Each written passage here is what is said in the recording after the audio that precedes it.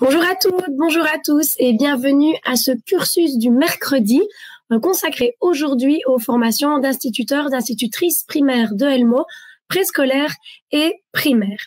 Donc je suis ravie de vous retrouver. Les cursus du mercredi, vous le savez, ce sont des séances d'info-études en live où on vous donne chaque semaine des explications sur nos cursus, des infos sur le contenu des cours, sur les débouchés, sur les stages, pour vous aider au maximum dans votre choix d'études. À la fin de la présentation, on répondra à toutes vos questions sur ces cursus d'instituteurs et d'institutrices. Donc, n'hésitez pas à utiliser le chat, les commentaires, que ce soit sur YouTube, que ce soit sur Facebook, pour nous transmettre vos questions dès à présent. Merci d'être là avec nous. Si vous êtes là, c'est sans doute que vous avez envie dans votre métier peut-être d'aider des enfants à se construire, de transmettre des savoirs, d'être dans un métier relationnel. Vous êtes au bon endroit puisqu'aujourd'hui, on parle donc de deux formations pédagogiques, institut préscolaire, c'est-à-dire maternelle, et institut primaire. Le primaire qui peut se faire chez nous, Elmo, sur 3 sites différents. Et pour parler de ces cursus, on va accueillir différents représentants, des spécialistes de ces formations. On va recevoir Denis Register pour nous parler du cursus d'instituteur préscolaire. Bonjour. Bonjour tout le monde. On va recevoir également Gilles Meunier pour nous parler de la formation d'instituteur primaire sur notre site de Liège, à Elmo-Sainte-Croix. Bonjour. Également Nathalie Bourdoux pour nous donner plus de détails sur Elmo Oui et ses instituts primaires également connectés. Bonjour à tous. Et également Anne Schillings pour évoquer notre formation d'institut primaire à Saint-Roch-2. Bonjour à vous tous. Voilà, tout grand merci à vous d'être là. On va vous retrouver au fur et à mesure de la présentation pour parler des cursus et puis surtout à la fin pour répondre aux questions des participants. Et donc, je vous propose de nous lancer ici dans ce cursus du mercredi où on va évoquer différents cursus, mais aussi différents sites. Vous l'avez compris, il y a différentes implantations qui sont concernées aujourd'hui. Instituteur préscolaire, ça s'organise à Elmo Sainte-Croix à Liège. Et on va aussi parler d'instituteur primaire qui, lui, c'est une formation qui, elle, peut se faire sur 3 sites, dans 3 villes différentes, à Elmo Sainte-Croix également à Liège, mais aussi à Huy ou à Theux, dans d'autres instituts de plus petite taille. On peut peut-être passer la dia suivante pour vraiment illustrer ça. Voilà, le préscolaire, ça se fait à Sainte-Croix, et puis le primaire, Sainte-Croix également, et 2 autres possibilités, 2 autres sites un petit peu décentralisés, souvent de plus petite taille. Donc, au niveau de ces différents cursus et au niveau de ces différents sites, il va y avoir pas mal de points communs, que ce soit préscolaire, que ce soit primaire et que ce soit sur ces 3 sites. Donc, ce sont des formations dans tous les cas de 3 ans où on va apprendre dès le début à enseigner. C'est-à-dire, on va apprendre à apprendre, on va apprendre à gérer des groupes. On peut peut-être passer la dia suivante pour voir un petit peu quelques images pour illustrer que l'enseignement à Elmo, ce sont des formations qui vont toujours être organisées autour de la pratique professionnelle. C'est vraiment une partie très importante des axes de formation, cette pratique, cette orientation sur la pratique. On va avoir des stages dès le début, des stages qui vont être progressifs, c'est-à-dire par exemple 2 semaines en bloc 1 en première, et puis 4 semaines en bloc 2, et puis 10 semaines par exemple en bloc 3 en troisième. Donc des stages qui prennent de plus en plus de place, mais il y en a déjà dès le début. On aura aussi des ateliers de formation pour échanger avec des instituteurs, pour réfléchir sur la pratique du métier, sur le rôle de l'institut au quotidien et avec les différents publics. Alors, au niveau des stages, on est évidemment encadré. Il y a des enseignants de Elmo qui vous aident à construire vos séquences de cours en fonction du programme de la classe que vous aurez à gérer. On va vous aider à adapter votre dispositif, que ce soit au niveau de la durée, du rythme, de la difficulté, etc. Donc, être institut, encore une fois, préscolaire, primaire sur tous les sites, c'est un métier polyvalent, notamment au niveau des matières enseignées. C'est aussi évidemment un métier humain. Il faut certes s'assurer que les élèves apprennent, mais il faut aussi les aider à se construire, à trouver leur place, à les aider à avoir confiance en eux, les accompagner, leur faire découvrir des choses, les faire sortir de l'école. Donc, c'est tout ça aussi le rôle de l'instituteur, de l'institutrice. Il faut être attentif aux problématiques sociales, à la précarité, au risque d'inégalité, etc. Autre point commun, dans tous les cours, la maîtrise évidemment de la langue française sera assez importante. Petit point aussi par rapport à la pratique, Elmo dans l'enseignement, en tout cas, c'est l'école, c'est Elmo qui va organiser les stages. Ils sont attribués par l'école. Il y a des accords, des partenariats avec des écoles préscolaires et primaires pour faire aller dans des classes très différentes. Voilà un petit tableau rapidement brossé pour ces points communs entre toutes les formations d'instit qu'on va aborder aujourd'hui. Et puis, je vous propose de commencer à aller un petit peu plus en détail et on va aborder pour commencer le cursus d'instituteur, d'institutrice préscolaire. Et donc, on va recevoir ici, retrouver Denis Register qui va pouvoir vous en dire plus sur ce cursus d'instit préscolaire. Voilà, merci beaucoup. Voilà. Alors, d'abord, quelques petits mots pour introduire un petit peu le cursus et la formation. Donc, voilà, il s'agit bien du métier d'instituteur ou d'institutrice préscolaire. Donc, vous allez bien travailler, en fait, dans des classes maternelles avec des enfants qui seront âgés entre 2 ans et demi pour la classe d'accueil et maximum 6 ans pour la classe de 3e maternelle. Alors, bien évidemment, la difficulté du métier, c'est qu'un enfant entre 2 ans et demi et 6 ans, ça change et ça évolue beaucoup, et que vous allez devoir maîtriser toutes ces facettes pour pouvoir travailler au quotidien avec ces petits bouts. Alors, voilà, donc dans la formation, on a évidemment plusieurs facettes et donc je vais un petit peu vous les présenter. Là, on peut mettre la dia suivante. Voilà, donc vous avez toute une série d'axes de formation. Vous allez voir qu'ils sont identiques à ceux d'instit primaire. Maintenant, à l'intérieur des cours, bien évidemment, on va nous s'axer davantage sur l'enfant de 2,5 à 6. Et c'est là-dessus que les cours vont porter majoritairement. Alors, vous avez des cours qui vont toucher à tout ce qui est formation en sciences humaines et en sciences sociales. Donc, des cours de psychologie de la communication, psychologie du développement, psychologie de l'apprentissage, de philosophie, de sociologie, d'histoire des religions, de diversité culturelle. Donc là, on va vraiment aborder les dimensions globales de l'enfant. Et de l'être humain même en général. Ensuite, il y a une formation disciplinaire et didactique. Donc là, c'est vraiment les disciplines que vous allez être amenés à enseigner aux enfants.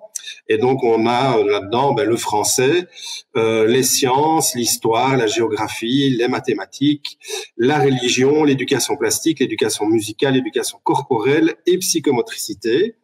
Alors, dans le préscolaire, les cours, on va dire, d'éducation et les cours d'expression sont quand même assez importants. Il y a beaucoup plus d'heures en préscolaire qu'en primaire dans ces dimensions-là, parce que les enfants sont petits. Et c'est des activités, évidemment, qui sont à la base de nombreux apprentissages. Alors, il y a une formation à et par la communication. Donc, comme on vous l'a déjà dit, l'importance de la maîtrise de la langue, tant à l'oral qu'à l'écrit, et si possible dans des situations qui sont professionnelles. Alors, une formation, ça c'est vraiment le gros de la formation à et par la pratique, donc des stages que je vais vous expliquer un petit peu plus en détail juste après. Beaucoup d'activités d'intégration professionnelle, que ce soit des observations, que ce soit du travail en classe qui va se faire avec des maîtres de formation pratique, donc qui sont en fait des instituteurs ou institutrices maternelles qui travaillent dans une classe et qui un jour par semaine viennent travailler en haute école avec les étudiants. Donc c'est vraiment un aspect intéressant de la formation, c'est que vous avez un contact direct avec des professionnels qui sont toujours sur le terrain quasi tous les jours. On travaille aussi beaucoup sur l'identité professionnelle, donc c'est quoi devenir un site maternel, en quoi est-ce que ça va changer mon quotidien et comment petit à petit je vais appréhender les différentes facettes du métier. Il y a aussi des modules avec ouverture vers l'extérieur, donc on ne se braque pas uniquement sur ce qui est scolaire, on découvre aussi d'autres milieux. Et enfin, il y a en 3e année un module qui s'appelle École à l'extérieur, où, évidemment, mais pas en temps de Covid comme pour l'instant, il y a un séjour qui se fait sur la côte d'Opale, où on découvre en fait le milieu selon différentes lunettes disciplinaires, et donc c'est des choses qu'on peut transférer évidemment avec les enfants. Enfin, vous avez une formation à la recherche et en didactique, donc c'est tout ce qui touche au travail de fin d'études. Alors pour les stages, vous avez dit que j'y reviendrai. Donc une des forces de la formation, c'est qu'on commence très vite à aller sur le terrain. Limite la deuxième semaine après la rentrée, vous êtes déjà dans des classes maternelles pour aller observer comment fonctionne une classe, c'est quoi une institut maternelle, quel type d'activités font les enfants, comment la classe est agencée. Voilà. Et puis petit à petit dans l'année, vous allez être amené à prendre de plus en plus en charge les enfants. Au début de l'année, ça se passe en duo d'étudiants en général. Donc là, vous allez avoir plusieurs moments d'observation et puis un stage au début du deuxième quadri qui dure 2 journées et demie où vous allez prendre en charge les activités en accord évidemment avec l'instituteur ou l'institutrice qui vous accueillera dans sa classe. Et puis alors, en fin de deuxième quadri, là, il y a un stage d'une semaine où on est tout seul dans une autre école et là, on prend en charge toutes les activités de la semaine et ces activités, on va les articuler autour de l'exploitation d'un album de littérature de jeunesse. Voilà, ça c'est les stages en première. En deuxième, alors, on a deux stages de 2 semaines qui se font tout seuls. Au premier quadri, il y a un stage, c'est les grands, donc on est en deuxième ou en troisième maternelle. Et au deuxième quadri, on a un stage chez les petits, donc dans une classe d'accueil ou de première maternelle. Et chacun des stages est chaque fois précédé de 3 journées. On appelle ça de l'observation participative, donc où les étudiants vont sur le terrain, observent les enfants, appréhendent un peu tout ce qui se passe dans la classe et peuvent aussi déjà commencer certaines activités. Au bloc 3, on a encore plus de stages. Donc là, il y a presque 10 semaines de stage. Donc il y a un premier stage qui va s'effectuer cette année, c'est après les vacances de la Toussaint, et qui, lui, dure 2 semaines. Prise en charge complète des élèves, avec, avant ces 2 semaines-là, il y avait 5 ou 6 journées filées, comme on appelle ça, donc vous allez en observation, par exemple, tous les mardis, tous les mercredis, ou un peu chaque jour, avant le stage. Après, il y a un stage qui se fait dans le courant du mois de janvier, qui est un stage psychomotricité, donc ça c'est aussi une des facettes importantes de la formation, c'est que vous êtes diplômé institut maternel, mais en plus de ça, sur votre diplôme figure la mention maître de psychomotricité, qui vous donne droit à prendre en charge les cours de psychomote, à savoir 2 fois 50 minutes qui se donnent dans toutes les classes de maternelle, peu importe les réseaux. La psychomote se donne partout. Donc c'est aussi une corde en plus à votre arc et une possibilité d'entrer dans les écoles. Et donc là, vous avez 2 semaines, vous allez suivre un maître de psychomotricité et animer ces séances de psychomote avec lui ou avec elle.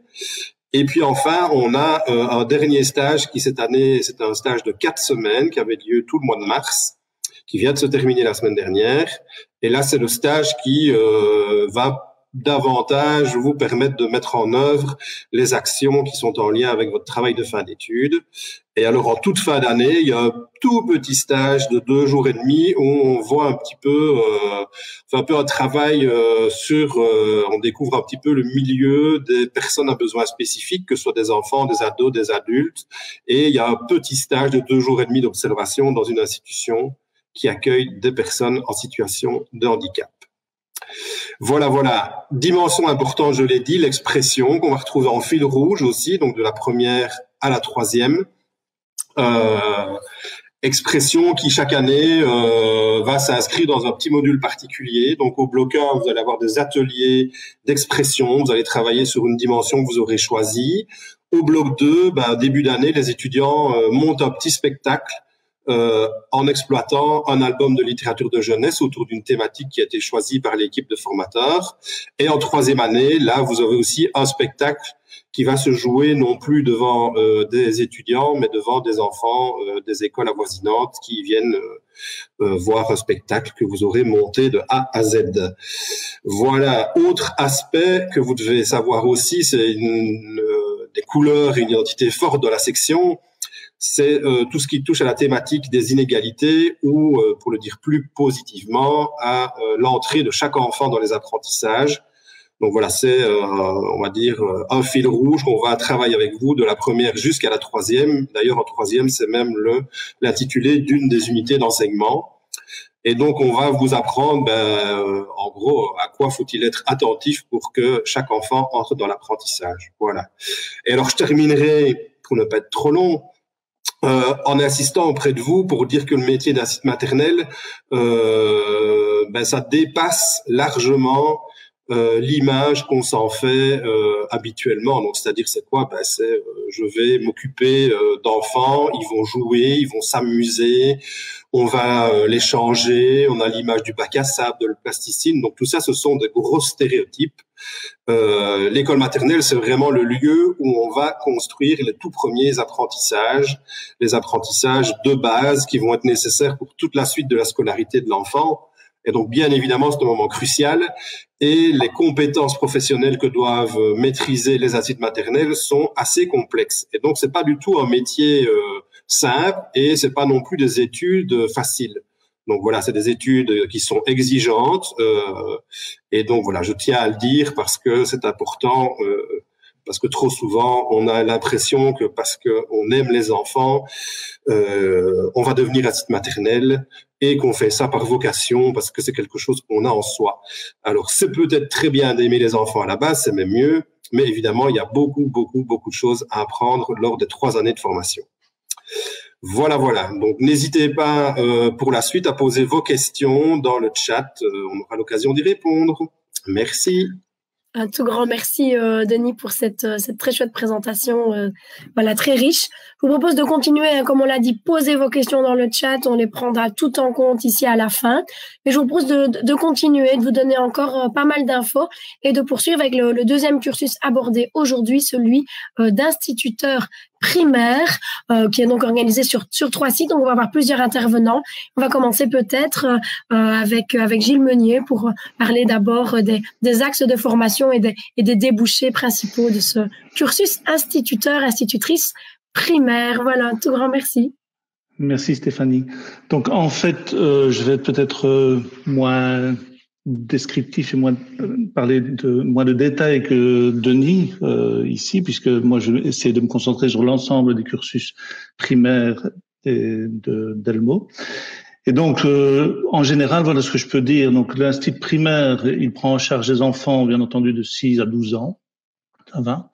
Il peut être amené à travailler avec des classes qui vont de la première à la 6e année, mais ça peut être, par exemple, des classes en cycle, c'est-à-dire première, deuxième, troisième, quatrième ou 5e, 6e. Il doit donc pouvoir s'adapter à l'âge des enfants, adapter son comportement. Il doit aussi s'adapter aux apprentissages et donc adapter les apprentissages au niveau des enfants et aux différentes matières enseignées. Parce qu'il faut savoir que l'institut primaire, en fait, est un institut qui doit être compétent dans de nombreuses matières, dans de nombreuses disciplines. Alors, pour que les enfants maîtrisent les compétences et les savoirs, l'institut doit être créatif pour imaginer des dispositifs intéressants. Ça va. Ces dispositifs peuvent être aussi le plus possible innovants. Et donc, dans la mesure où ils peuvent amener l'enfant à être acteur. Donc, il ne suffit pas de transmettre des savoirs. Alors, ce qu'il faut savoir aussi, c'est qu'être institut, c'est pas seulement être devant une classe, c'est aussi avoir une vie professionnelle en dehors de la classe. C'est être en relation avec, par exemple, la direction, les collègues, les parents. C'est d'avoir donc une vie sociale très, très riche. Alors, pour aider à maîtriser tout ça, il y a une formation qui se décline en différents lieux, ça va, mais qui, à Elmo, a un cadre commun. Et donc, ce que je vous propose, c'est de passer, donc c'est fait, on est passé à la dia suivante. Donc, la grille, elle se compose de 5 axes. Alors, ce sont les mêmes axes que ceux dont a parlé mon collègue du préscolaire. Donc, ce sont les 5 axes tels que la formation en sciences humaines et sociales. Donc, je ne vais pas entrer dans les détails, simplement dire que ici, par exemple, le premier axe, c'est plutôt pour comprendre l'enfant, son fonctionnement, sa psychologie, c'est aussi la philosophie, enfin, il y a toute une série de choses. Il y a ensuite la formation disciplinaire et didactique. Alors, je l'ai dit tout à l'heure, elle est très variée, puisque l'institut, par définition, doit connaître beaucoup de choses. Mais ce qui est important aussi, c'est qu'il ne suffit pas de savoir, de connaître parfaitement, de maîtriser parfaitement les savoirs. Il faut aussi et surtout maîtriser la didactique des disciplines, c'est-à-dire savoir comment les enseigner. Ça va? Alors, le troisième axe, c'est celui de la formation à et par la communication. Donc, la communication, c'est un fondement du métier, mais avoir la tchatch, ça ne suffit pas. Il faut toujours garder à l'esprit que l'instit, en fait, il forme les enfants, il est un modèle pour eux. Il doit donc, par exemple, savoir utiliser le bon terme, les bons termes, les bonnes formes pour exprimer les choses, que ce soit à l'oral ou par écrit. Bien entendu, sans faute. La formation à et par la pratique, est indispensable. Donc, on n'apprend pas le métier assis seul devant un bureau, d'accord, devant un bon bouquin. Il faut aller sur le terrain. Et comme l'a dit Denis tout à l'heure, le contact, il est très rapide avec le terrain. Donc, ça va commencer par de l'observation des professionnels, des enfants dans leur classe. Puis, ça va passer par des essais, des stages et des activités d'insertion professionnelle. Donc, l'ensemble des activités. Les stages, si on prend ça en compte, leur diversité et leur intensité vont aller en augmentant, en s'intensifiant avec le temps. Alors, enfin, il y a la formation à et par la recherche. Alors là, vraiment, c'est tout ce qui concerne la recherche en didactique, en pédagogie, et qui va amener en troisième année, à déposer un travail de fin d'études. Donc voilà, grosso modo, les différentes caractéristiques de la formation en primaire. Je suppose que maintenant, enfin, pas je suppose, je suis certain maintenant qu'on va passer par les différents sites et que chacun va un peu décrire plus précisément sa formation. Merci. Oui, c'est tout à fait. C'est effectivement vers là qu'on va se lancer là-dedans, qu'on va se lancer maintenant. Donc, on va découvrir plus en détail les différents sites, les implantations là où on peut aller étudier. Et puis, on va voir les spécificités. Et je vous propose de commencer par Liège et par vous parler de Elmo Sainte-Croix. On va retrouver Denis ici pour nous donner un petit peu des détails sur cet environnement d'études et puis sur les projets qui sont propres aussi à Sainte-Croix où on peut donc faire et le préscolaire et le primaire. Voilà. Et donc, voilà, Sainte-Croix, donc c'est situé rue Hors-Château.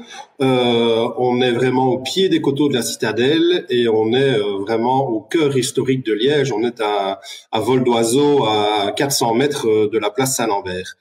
Alors, sur le site de Sainte-Croix, on retrouve des instituts préscolaires, des instituts primaires et des instituts et des régents, comme on les appelle, donc qui enseignent en première, deuxième et troisième secondaire.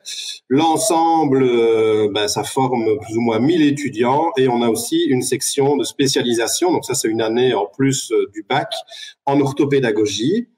Comme vous le voyez sur la photo, même si on est en plein centre-ville, vous voyez quand même de la verdure. On est vraiment juste au pied des coteaux. Donc, si vous regardez, on ne voit pas dans l'autre sens, mais on a vraiment le plateau là, avec tout le panorama qui donne sur la ville de Liège. Donc, c'est assez sympathique. Il y a des jardins dans l'école. Il y a une possibilité de s'y promener. Il y a une mare. Donc, voilà, il y a des aspects didactiques qu'on peut aussi exploiter avec le cadre verdoyant dans lequel on se trouve. Alors, en termes d'infrastructure, on dispose d'une cafétéria, donc qui est gérée par une entreprise de formation par le travail. Il y a un centre de ressources pédagogiques, donc c'est une bibliothèque. Vous allez trouver aussi bien des livres, des albums de littérature de jeunesse, du matériel didactique que vous pouvez emprunter pour vos stages, des DVD, des vidéos. Enfin, je veux dire, il y a vraiment beaucoup de ressources à votre disposition.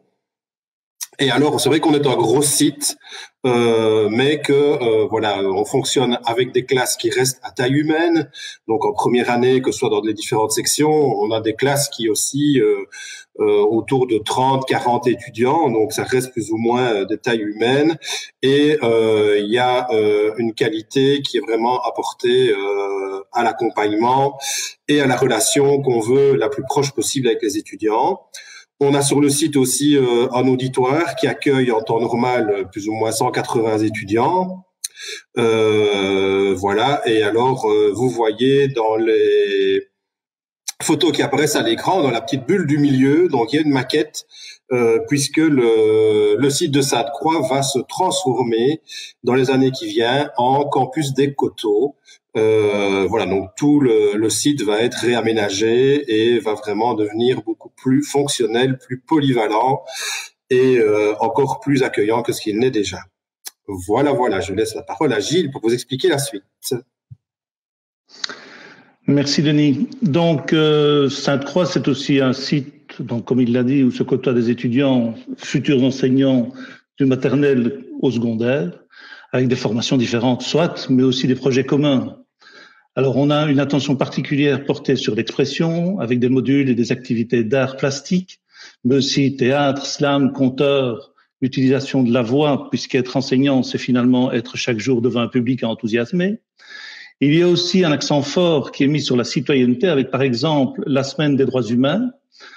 Et comme vous le voyez sur les photos, des conférences, par exemple, Dirk Friemuth, là dans le coin, des événements comme les Nocturnes des Coteaux, des projets de littérature jeunesse, des modules centrés sur la bienveillance scolaire, le harcèlement, par exemple.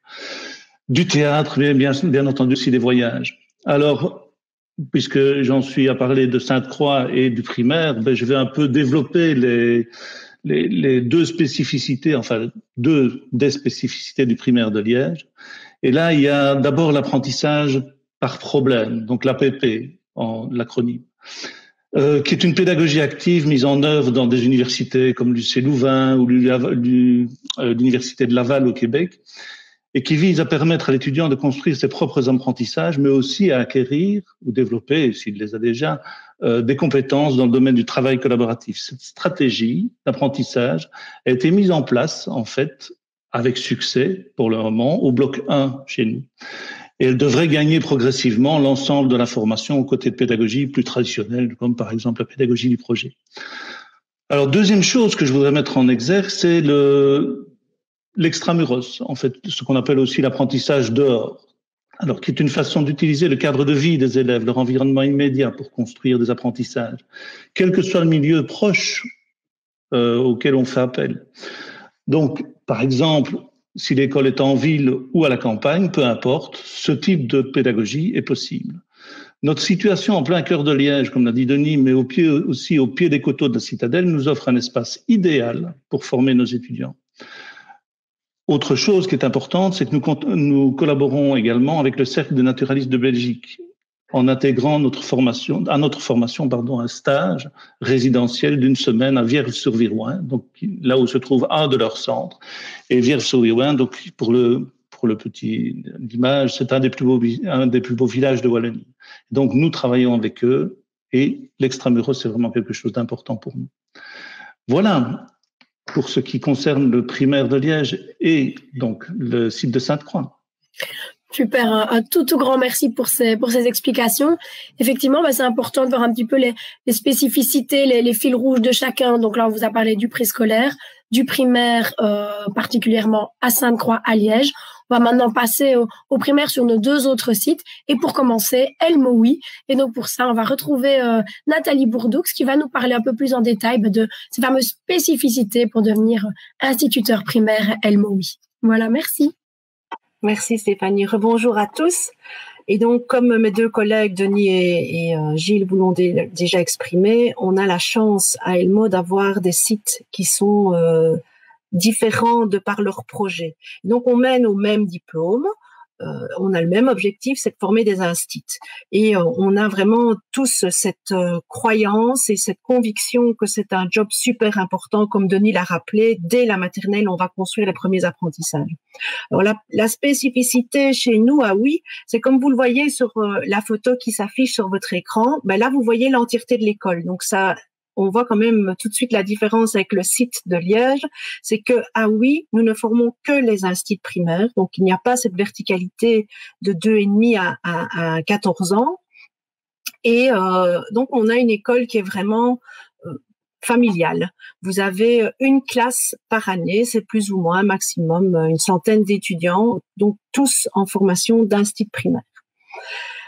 Comme à Liège, on a aussi cette grande conviction que l'extramuros est important, que l'ouverture vers l'extérieur, est ultra importante. Être instit, je pense qu'un des objectifs principaux, c'est d'accompagner l'enfant pendant la tranche d'âge pendant laquelle il nous sera confié, à devenir un citoyen, à devenir une personne qui peut s'intégrer dans la société. Pour ça, on peut pas le faire strictement en restant dans les quatre murs de sa classe ou de son école. Donc, c'est vraiment très important d'ouvrir les enfants vers l'extérieur. Et pour ouvrir les enfants vers l'extérieur, il faut que l'institut soit lui-même curieux. Curieux de ce qui l'entoure, curieux de la société dans laquelle il évolue. Et donc, on a des projets sur les 3 années qui permettent aux jeunes de progressivement avoir une ouverture vers l'extérieur. Et entre autres, en dernière année, vraiment, on termine la formation par un stage obligatoire, mais dans une autre institution qu'une institution scolaire, pour un peu connaître le monde du travail ailleurs que dans les écoles. Alors, je ne vais pas développer les projets. Si vous avez des questions sur les 3 années, n'hésitez pas à les poser dans le chat. On a aussi un projet qui est vraiment central chez nous. Vous le voyez dans une des petites pastilles qui est affichée à l'écran. C'est que on forme les instituts connectés. Alors, il est clair que nous sommes en 2021. On vient de le connaître avec la crise. Le numérique est au cœur de nos vies. Alors, loin de nous l'idée de faire de vous des geeks ou des informaticiens, c'est pas du tout ça. Mais il est important d'avoir une éducation à ce numérique pour pouvoir être un utilisateur averti et aussi pour pouvoir comprendre les logiques de comment fonctionnent les algorithmes derrière toutes les applis que les enfants peuvent utiliser, que les jeunes peuvent utiliser. Ça, c'est une facette de la formation numérique. Et puis, il y a aussi l'introduction des outils numériques dans l'école. Et donc, on travaille avec ces outils également, mais pour vraiment une utilisation réfléchie. S'il n'y a pas de plus-value, on ne va pas distraire l'enfant avec des outils numériques pour rien. L'objectif est vraiment d'apporter un plus à l'apprentissage. Et donc, c'est de se questionner, de savoir si cet outil numérique, ça va simplement être un outil de motivation pour l'enfant, ou bien si vraiment, grâce à cet outil, l'enfant va être capable d'apprendre mieux, plus vite, de manière à ancrer les apprentissages sur du long terme. Et donc, tout ça, on essaye vraiment de le travailler dès votre première année, avec aussi un impact dans votre pratique professionnelle. Donc, comme l'ont dit mes collègues, les stages commencent dès la première année, où vous allez progressivement prendre contact avec le milieu professionnel de manière participative et puis vraiment active. Et nous vous demanderons d'implémenter un outil numérique où vous pourrez être capable de le critiquer et de montrer qu'il a réellement apporté quelque chose de plus à l'enfant et aux apprentissages. Et tout ça va se faire dans un cadre qu'on a essayé de rendre le plus chaleureux possible. Vous voyez que dans la cour, les jeunes se l'approprient, ils l'ont aménagé. On peut encore avoir des projets pour améliorer cet aménagement. C'est un espace, ma foi, restreint, mais qui vous appartient, dans lequel généralement les étudiants sont heureux de pouvoir rester pour papoter. Alors, petite blague à part, cette cour est exposée plein sud. Donc, quand il fait beau comme maintenant, je vous assure qu'ils y sont très bien. Mais au-delà de cette cour qui est chaleureuse, on a aussi fait en sorte que les locaux pour les apprentissages soient le plus adaptés justement à ce siècle. Et donc, même si c'est une petite école, ça ne veut pas dire que ce n'est pas la qualité supérieure d'un enseignement supérieur. Donc, on a voulu vraiment que tous nos locaux soient équipés. On a des tablettes que les étudiants peuvent utiliser et peuvent emprunter pour aller en stage. Vous voyez une bibliothèque qui est bien achalandée et où on a aussi installé des postes de travail collaboratif. On a une ludothèque intégrée à notre bibliothèque. On a une instrumentothèque intégrée à notre bibliothèque. Et donc, même si on est petit et charmant, on a voulu vraiment être à la hauteur d'un enseignement supérieur de 2021. Si vous avez des questions plus précises, évidemment, n'hésitez pas à les poser dans le chat et aussi à aller visiter les pages sur Elmo, évidemment, qui présentent les différents sites. Un tout grand merci. Ben voilà, on y voit plus clair sur Elmo, oui. on va traverser un petit peu la province et voyager pour aller plutôt du côté de Theux et vous parler de Elmo Saint-Roch avec Anne Schillings. Avant ça, je vous invite vraiment à poser vos questions. On y répondra à la fin, mais vraiment n'hésitez pas si vous avez des questions sur le contenu des cours, sur les différences, encore une fois, entre les différentes formations, les différents sites, l'organisation des stages. Voilà, posez vos questions et je laisse tout de suite la parole à Anne pour évoquer ce site et ses spécificités de Elmo Saint-Roch. Merci Stéphanie. Bonjour à chacune et chacun d'entre vous. Bienvenue à Theux. Donc, vous voyez ici les bâtiments de l'école. Alors, on a sélectionné ces photos, notamment celle qui prend le plus de place parce qu'elle permet un peu de voir l'ensemble du site. Vous avez le bâtiment principal au centre où les cours magistraux et divers, les activités sont données, où il y a la bibliothèque, le secrétariat. Sur la droite, vous avez un autre bâtiment qui est en plein soleil, là, qui est anciennement un fenil et qui est en fait un autre bâtiment qui est la maison des étudiants, dans lequel il y a la cafétéria. C'est une cafétéria qui est autogérée par les étudiants. Voilà, et qui sert aussi de salle d'études pendant les congés scolaires pour ceux qui le souhaitent. Et de nouveau, c'est autogéré. Et puis vous avez le jardin. Alors ça, c'est à un moment du développement de notre jardin qui est maintenant un peu changé d'allure. C'est un jardin pédagogique construit avec les travaux et à partir des recherches des étudiants. Maintenant, il y a une mare, il y a un pommier de variété régionale. Enfin voilà, c'était vraiment un outil de travail pour les cours d'éveil. Et prochainement, il y aura une classe du dehors qui sera installée là-bas.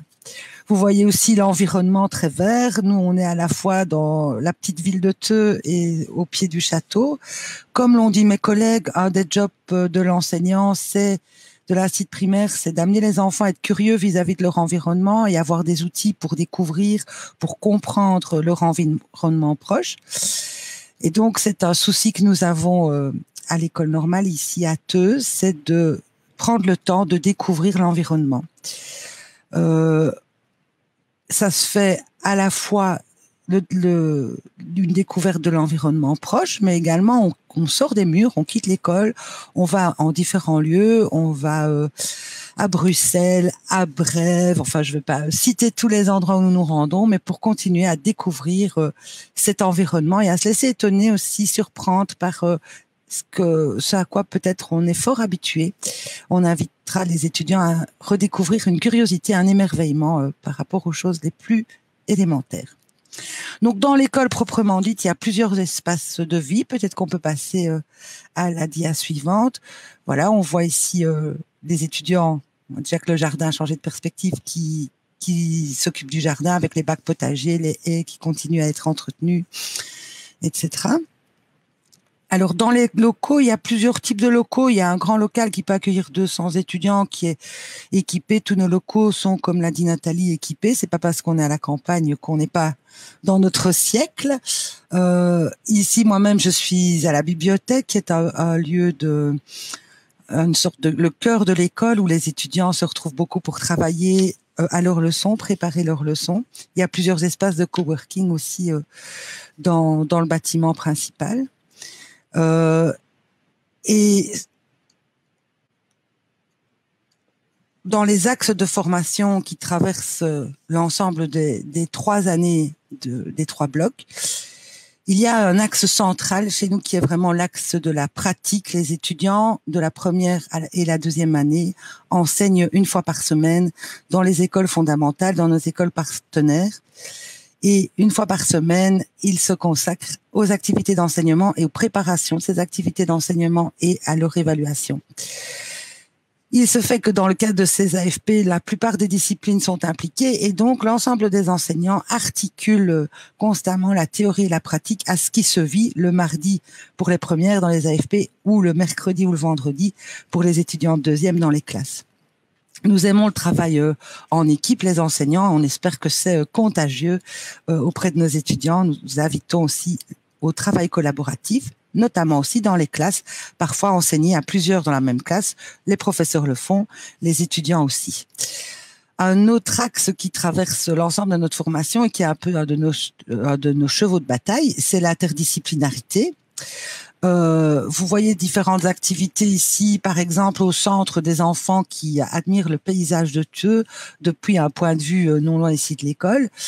Voilà, c'est une activité qui se mène avec les professeurs de pédagogie, le MFP, puisque cette activité va être reproduite dans les classes primaires avec les enfants, qui est d'abord vécue ici à l'école normale, et elle met en jeu le professeur de péda, le MFP, le professeur de géographie, le professeur de français, le professeur d'art plastique, puisqu'on va faire des croquis du paysage. Donc c'est une occasion de travailler ensemble, puisque l'enseignant est un généraliste, il va enseigner, l'institut va enseigner l'ensemble des disciplines aux élèves de sa classe. On essaye de montrer à nos étudiants comment on peut utiliser le même objet à travers plusieurs regards disciplinaires. Vous avez sur la droite, en haut à droite, une sorte de... Voilà, c'est la fin, merci de le montrer, c'est la fin d'un spectacle. Toutes les branches d'expression sont aussi un axe qui traverse notre formation, et le clou de cette formation-là, c'est la comédie musicale en cours de bloc 3. Comédie musicale qui peut prendre d'autres formes, puisque cette année, on a évidemment dû adapter le format.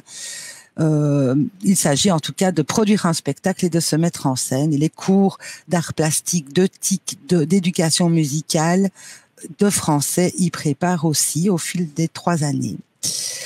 Les sorties, voilà, il y a l'illustration d'une balade à vélo, pour reprendre ce que je disais tout à l'heure.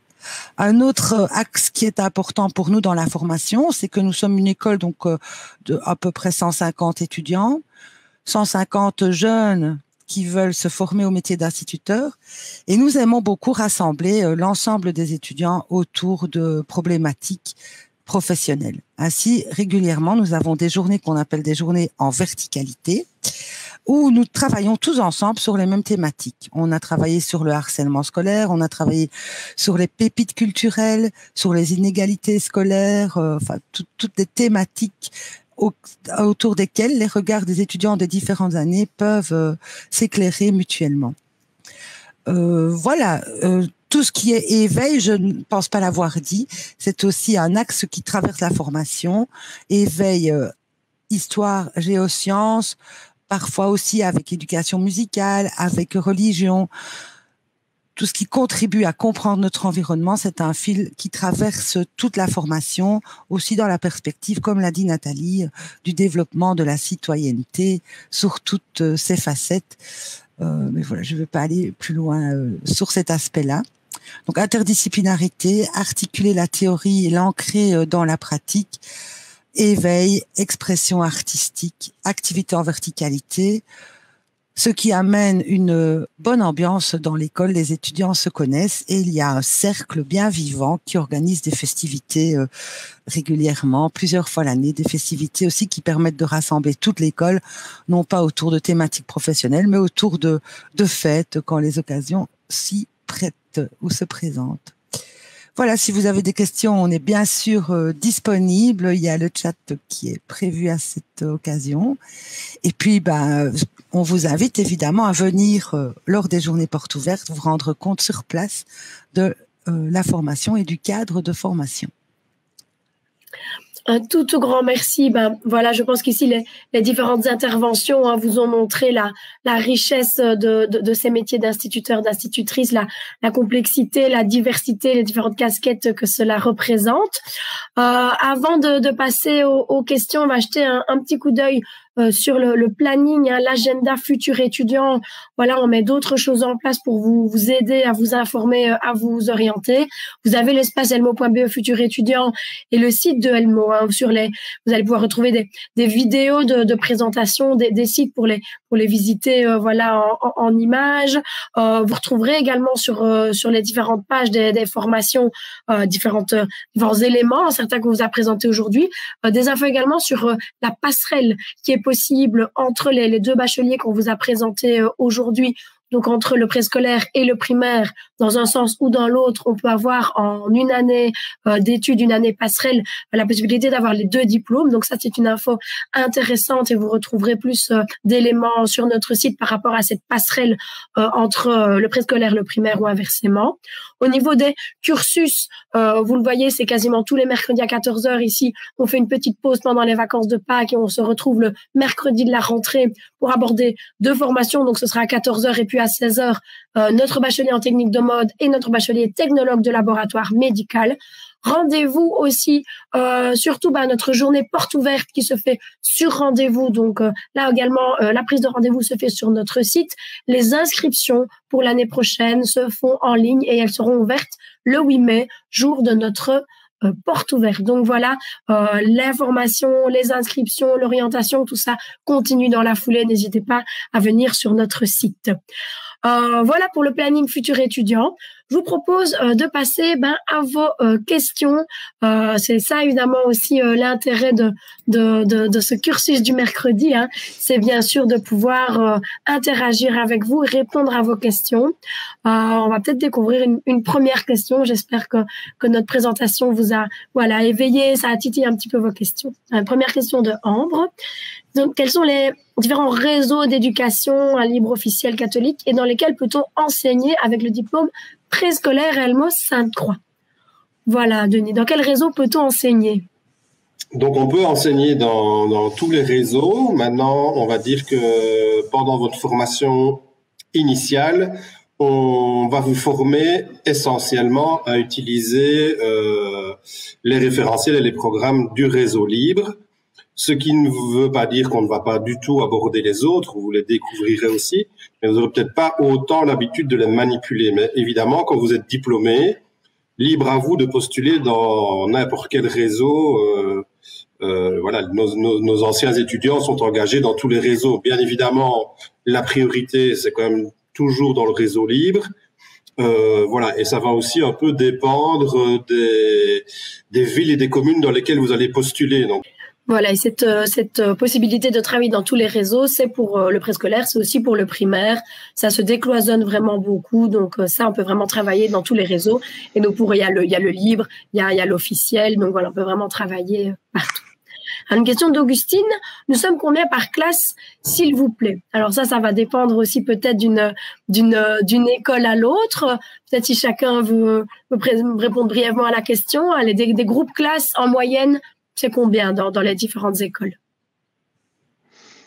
Oui, il y a une classe par année et donc en première, c'est plus ou moins entre 45 et 50 étudiants, mais qu'on dédouble pour certains apprentissages. Et puis, ça tourne plutôt autour de 25-30 étudiants. Du côté de Sainte-Croix, quand c'est en groupe classe, ce sera des classes de combien en moyenne? Donc, en primaire, on a 4 classes de première, 3 classes de deuxième et 3 classes de troisième. Et donc, ça veut dire que, grosso modo, suivant les années, les premières, ça tourne entre 30 et 45 étudiants. Pour les deuxièmes et les troisièmes, entre 20 et 30 étudiants. Voilà, en préscolaire, donc c'est le même fonctionnement qu'en primaire à Sainte-Croix. Il y a 3 classes par bloc.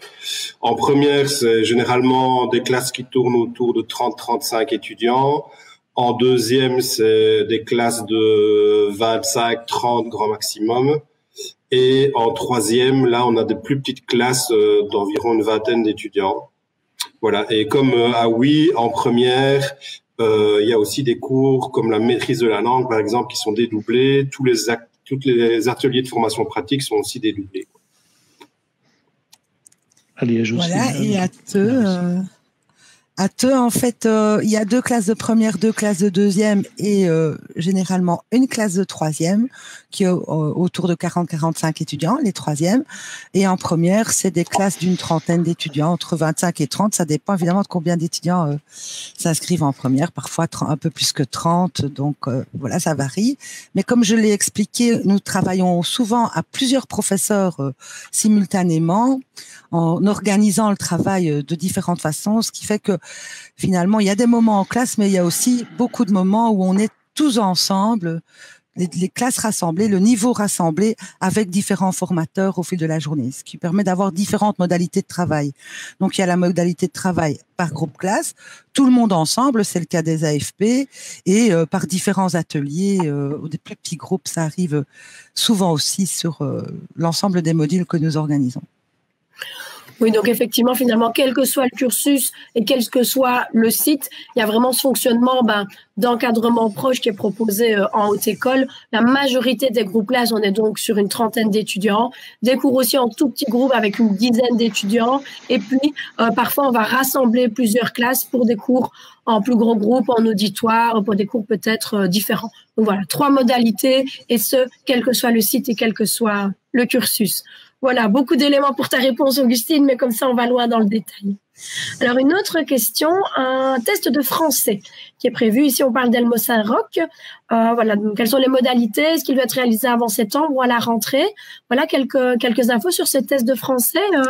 Anne? En fait, il y a effectivement un test diagnostique plutôt. Donc, il se fait au début du cursus et il permet à la fois de se mettre soi-même comme étudiant en projet en se rendant compte de son niveau, parce que c'est toujours perfectible. Hein, la maîtrise de la langue, on peut toujours aller au-delà. Et ça permet aussi à l'enseignant de connaître l'étudiant et les étudiants pour voir comment organiser le cours. Donc, le test n'est pas coté en tant que tel, là, il ne va pas servir au niveau de l'évaluation, ce qu'on appelle certificative, mais c'est vraiment pour construire ensemble le processus de formation, parce que le cours de maîtrise de la langue, en fait, il est presque continu de la première à la fin de la deuxième. C'est en continuité, donc il est important que chaque étudiant s'y retrouve dans sa propre progression et puisse lui-même faire des bilans. Donc voilà, c'est une première rencontre pour démarrer ce travail de mise en projet au fil des 2 ans. Et du coup, ce test, il se fait quand les étudiants sont déjà rentrés ou ça doit se faire c'est dans le cadre. Non, c'est dans le cadre des cours à partir de la rentrée, dès qu'on peut dans l'horaire, puisqu'en première année, on commence tout de suite par aller dans des écoles primaires. Donc, c'est souvent plutôt fin septembre, début octobre que ça se passe. Voilà. Super, un tout grand merci. Alors, on va peut-être prendre une autre question pour essayer les tests, il y en a aussi ailleurs. Hein. Oui, je pense que effectivement, j'imagine que le fonctionnement est le même partout. Il y a des ajustements, il y a des différences, peut-être des subtilités. En Presco, il y a aussi un test diagnostique, donc vraiment dans la même optique que ce que Anne a présenté, qui a lieu au tout début de la formation et qui est vraiment là pour aider l'étudiant à situer son niveau de maîtrise de la langue, tant à l'oral qu'à l'écrit. Et voilà, qui n'entre pas en ligne de compte dans l'évaluation, mais qui est vraiment là pour orienter l'étudiant par rapport à son travail. À Elmo, oui, on est dans cette logique-là aussi où les étudiants ont un test en français, maîtrise de la langue, et en mathématiques aussi, pour un peu mesurer là où ils se situent et se rendre compte que ce n'est pas parce qu'on a tous obtenu notre CEB que c'est si fastoche de revenir sur les apprentissages du primaire. Et donc, c'est aussi pour se reconstruire vraiment une idée de ce que sont les apprentissages à l'école primaire et de tout ce qui reste à apprendre sur les 3 années. Donc, ce n'est pas du tout pénalisant, mais c'est pour que l'étudiant prenne conscience de là où il se situe. D'ailleurs, en mathématiques, si je puis me permettre, les 3 sites de formation proposent le même examen, le même test et le même test aussi au moment des évaluations, le test de base, des connaissances de base en mathématiques. Ce que Nathalie vient d'évoquer, ce qu'il faudra enseigner à l'école primaire, en fait. Hein, voilà. Super, voilà un petit peu pour les différents tests. Alors, on a une question ici de Marie par rapport à la passerelle. Donc, peut-on d'abord faire des études d'institutrice primaire et ensuite préscolaire? C'est l'occasion d'aller peut-être un peu plus dans le détail sur cette possibilité de passerelle. Ici, on parle de primaire à préscolaire. Voilà, Denis, Gilles, qu'est-ce qu'on peut dire un petit peu par rapport à cette possibilité de passerelle? Donc, la réponse est oui, on peut bien le faire. Mais si l'un de vous peut être un peu développé. Oui, donc en tout cas pour la passerelle du primaire vers le préscolaire, donc elle est tout à fait possible. La grosse différence qu'il y a avec la passerelle dans l'autre sens, c'est que chez nous, on a assez peu de demandes d'étudiants. Et donc, les étudiants qui font effectivement une année de passerelle ne sont pas dans une classe à part entière. Donc ça veut dire qu'il n'y a pas une classe avec que des étudiants qui font la passerelle. Chez nous, en fait, les étudiants sont intégrés dans une des classes du bloc 3 ils font une année avec un programme complet du bloc 3 avec les stages, avec le travail de fin d'études qui les amène, comme les autres, à avoir leur diplôme d'un site préscolaire. Chez nous, par contre, c'est une autre organisation dans le sens où il y a une vraie classe de passerelle puisqu'elles sont plus nombreuses. Cette année, par exemple, il y a 21 étudiants, il y a aussi des étudiants. Et donc, ils ont vraiment une année totalement spécifique qui est organisée pour eux et uniquement pour eux, avec des stages tout à fait particuliers.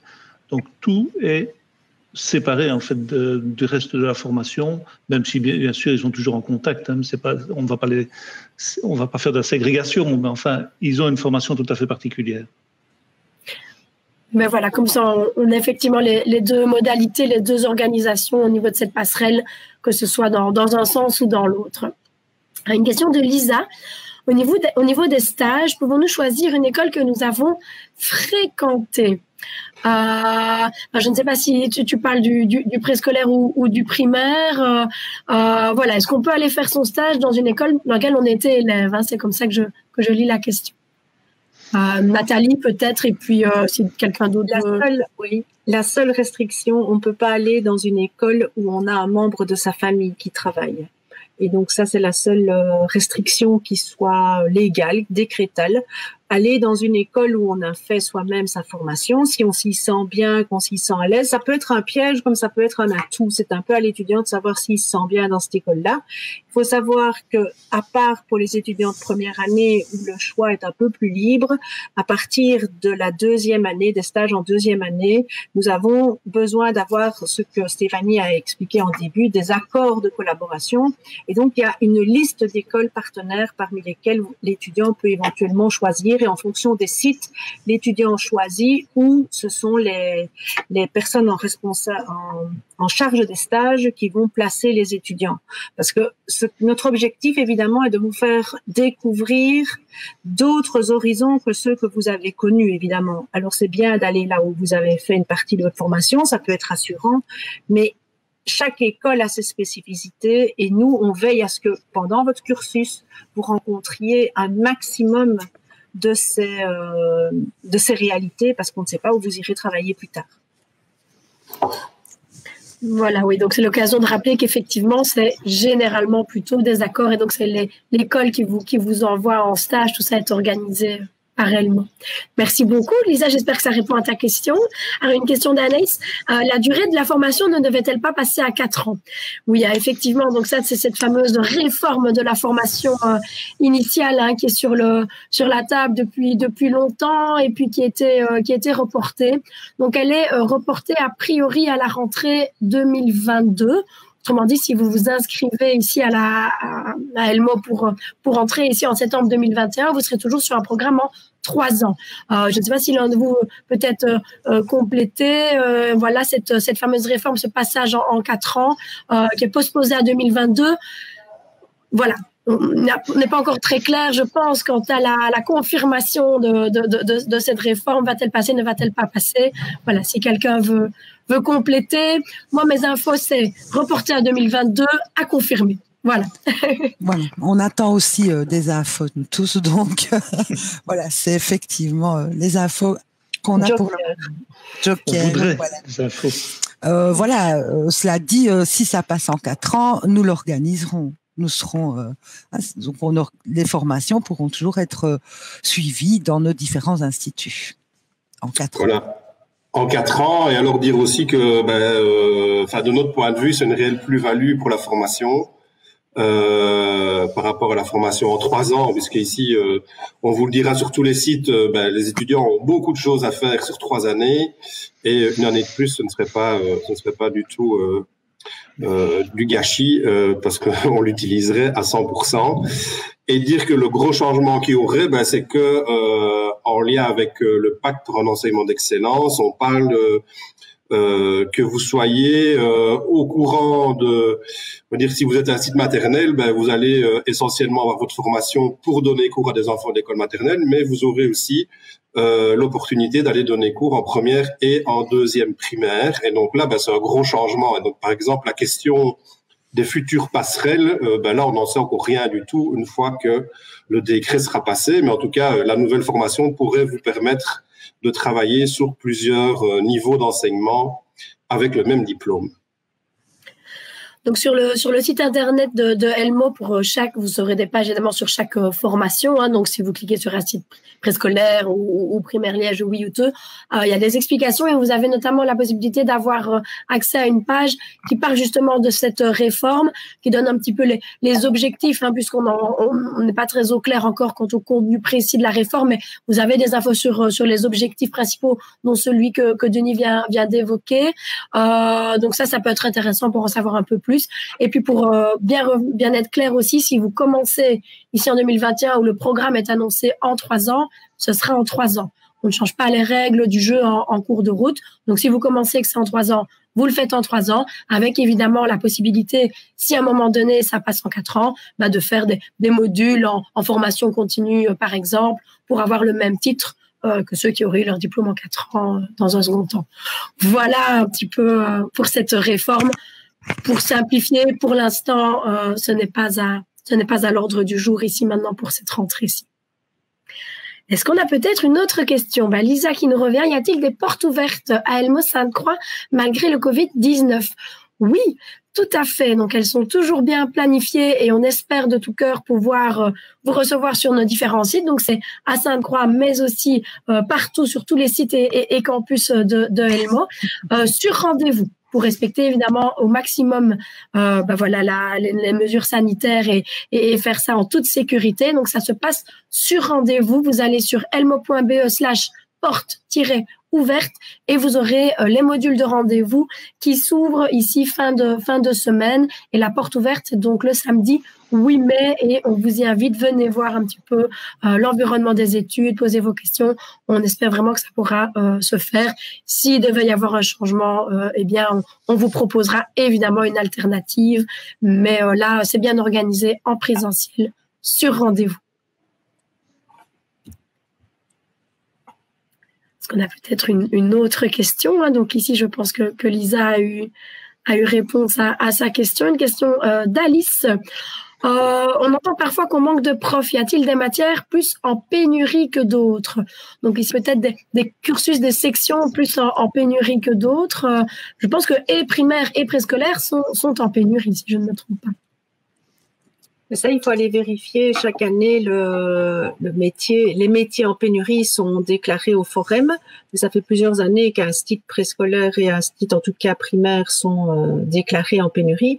Maintenant, pour les matières plus en pénurie, ça concerne davantage les régents, où là, il y a des disciplines qui sont plus en pénurie que d'autres.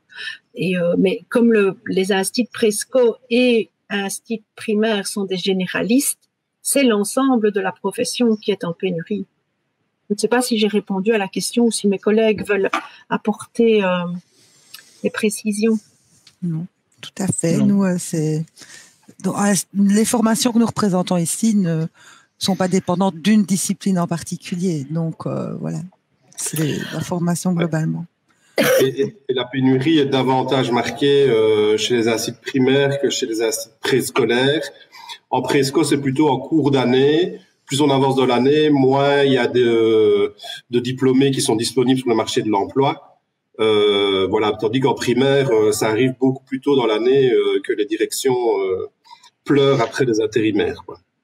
Et ce qu'il y a aussi, c'est qu'il y a ou bien je me trompe, il y a une différence dans le sens où il y a une déclaration de pénurie au niveau du primaire, et donc ça veut dire que, par exemple, pour les formations, il y a des avantages, par exemple, des personnes qui sont au chômage et qui voudraient suivre la formation, ils ont certains avantages. Oui, tout à fait.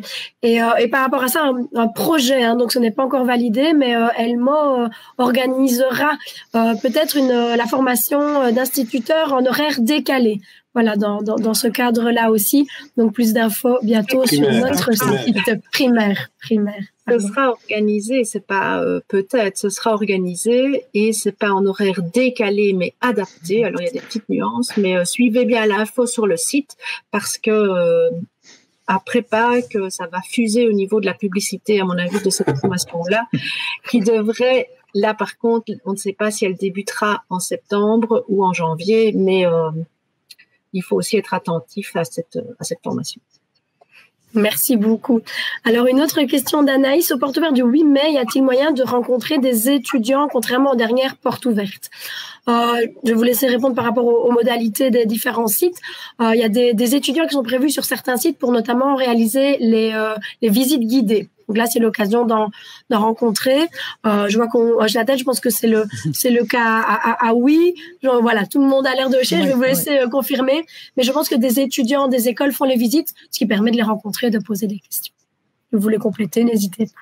Tout à fait. Si les mesures le permettent, dans tous nos sites, des étudiants accueilleront les futurs étudiants pour leur faire découvrir les sites et parler des formations voilà, en aparté, en toute intimité. Voilà. Voilà, donc ce sera l'occasion effectivement de rencontrer. Petite précision par rapport à ça aussi, on a sur cette fameuse espace elmo.be/futur étudiant, on a une page étudiant ambassadeur. Avec des étudiants ambassadeurs de chaque cursus. Ça aussi, c'est une possibilité pour vous, futurs étudiants, d'entrer en contact avec des étudiants et de leur poser des questions sur leur formation, comment ils le vivent, la réalité, d'avoir un contact avec des étudiants. Également, des groupes Facebook. On a un groupe sur Facebook, échange entre étudiants, futurs étudiants, notre porte d'entrée pour échanger avec des étudiants. Voilà, je pense qu'on va peut-être prendre une toute dernière question. Avant de vous laisser profiter de cet après-midi ensoleillé, une question de Manon sur Sainte-Croix, où se déroule le stage d'une semaine dans le cadre du projet Extra-Muros. Voilà. Donc, le stage se déroule à Vierves-sur-Virouin, qui est un petit village à proximité de Couvain. Donc, voilà. C'est un lieu qui est idéal, je vais dire, pour différentes raisons, dont des raisons géologiques et géographiques. Bon, je vais passer sur les détails.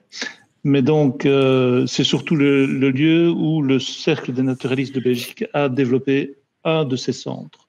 Et donc, c'est là qu'ils font toute leur formation. Et nous, on participe, en fait, on collabore avec eux dans le cadre de cette formation. Voilà. Merci beaucoup. Que j'ai répondu. Je pense, Manon, j'espère qu'on a répondu à tes questions. C'était bien pour le primaire, donc voilà, comme ça tu as ta réponse. Voilà, je ne sais pas s'il y a une toute dernière question, sinon je pense qu'on a pu répondre aux différentes questions. J'espère en tout cas que ça vous a aidé à y voir plus clair sur le contenu de nos cursus et sur les spécificités de nos différents sites. Merci beaucoup pour votre présence. Vous étiez nombreux avec nous aujourd'hui. On espère qu'on a pu vous aider, répondre au mieux. Les lives sont toujours disponibles en replay, donc n'hésitez pas à les revoir quand vous en avez le temps ou l'envie. Merci encore à nos intervenants, à la régie. Et puis, on vous souhaite de faire le choix qui vous rendra heureux. Voilà. Merci à tous et bon après-midi ensoleillé. Au revoir. Au revoir. Au revoir. Au revoir. Au revoir. Bon après-midi.